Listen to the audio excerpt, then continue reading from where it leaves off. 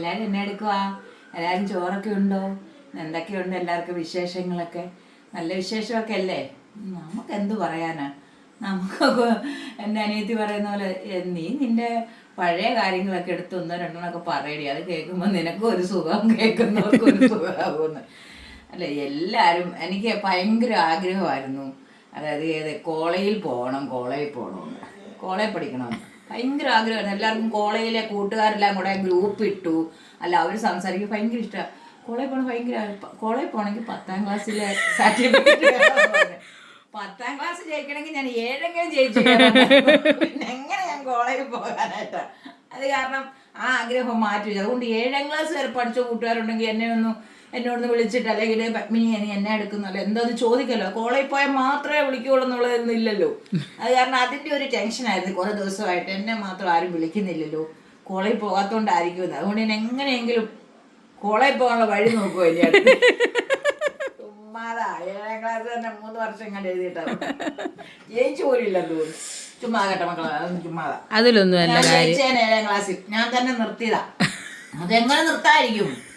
ഞാൻ ഒരു വർഷം തോറ്റു, ശരി സമ്മതിച്ചു. പിറ്റേ വർഷം ഞാൻ 7ാം ക്ലാസ്സിലോട്ട് നിൽക്കുമ്പോൾ എൻ്റെ അനിയൻ എൻ്റെ കൂടെ വന്നു. പിന്നെ എനിക്ക് പോകാൻ തോന്നുന്നു? അവിടെ കൊണ്ട് ഞാൻ പഠിത്തം നിർത്തിയത്, അല്ലാതെ ഞാൻ മനഃപൂർവ്വം പഠിക്കാനിട്ടൊന്നും അല്ലായിരുന്നു. മനസ്സിനകത്ത് ആ ഒരു ടെൻഷനുണ്ട് എൻ്റെ. അതുകൊണ്ട് എൻ്റെ മക്കള് പഠിച്ചു, പക്ഷെ അവരും കോളേജിലൊന്നും പോയില്ല. പക്ഷെ +2 കഴിഞ്ഞു, ഡിഗ്രി പോയി, ഡിപ്ലോമയൊക്കെ എടുത്തു. ഇനിയിപ്പോ എന്റെ കൊച്ചുമോനെങ്കിലും കോളേജിലൊന്ന് വിടണമെന്നുണ്ട്. കോളേജാണ് എനിക്കൊരു പ്രശ്നം. അതുകൊണ്ട് നമുക്കിത് ചോറെടുക്കുവാണേ. ഇന്നത്തെ കറി വേണ്ട നല്ല മത്തി മുളകിട്ട് മത്തിക്കറി വെച്ചു. മത്തിയുടെ ചാറ് നോക്കിയാൽ മതി, നിങ്ങൾ കിടപ്പ് നോക്കണ്ട. ചാറ് വെച്ചു. പിന്നെ കാബേജ് തോരൻ, അതാണ് രണ്ടാമത്തത്. കാബേജ് ഈയിടെ കിറ്റ് മേടിച്ചപ്പോൾ അതിനകത്ത് ഇത് കിട്ടിയതല്ലേ, അത് വെക്കത്തൊന്നും ഇല്ലായിരുന്നു, കളയണ്ടല്ലോ വിചാരിച്ച. പിന്നെ ഒരു മീൻ വറുത്തതുണ്ട്, ഒരു കിളിമീൻ, 1/2 കിലോ കിളി ആൾക്കാരും മത്തിയുണ്ട്.